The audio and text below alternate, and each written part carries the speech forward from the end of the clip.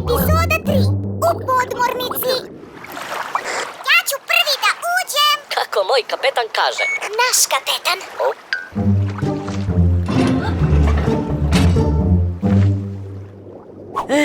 To je taj čudesni morski svet u najvećim dubinama.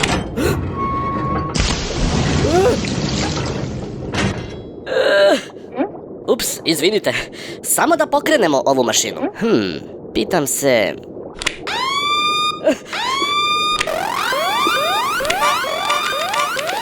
Treba li ti pomoć, tata? Ma ne, samo treba još malo da se zagreje. A čemu služi ovo dugme?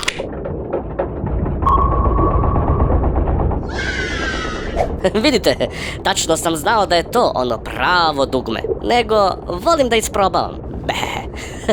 Inače, imamo i radio. Da pustimo neku finu muziku, šta mislite? Može!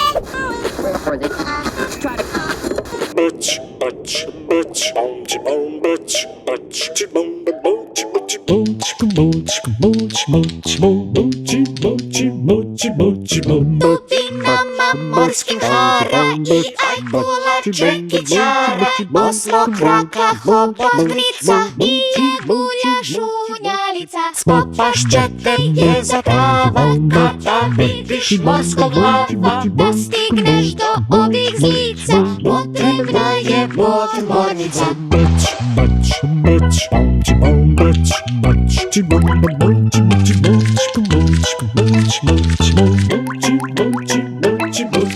Brčkanje, brčkanje, brčkanje, super je uživanje, al u moru kad se knjura, to je prava avantura.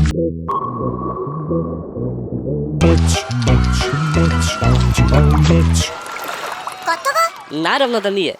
Imamo i reprizu na malim ekranima.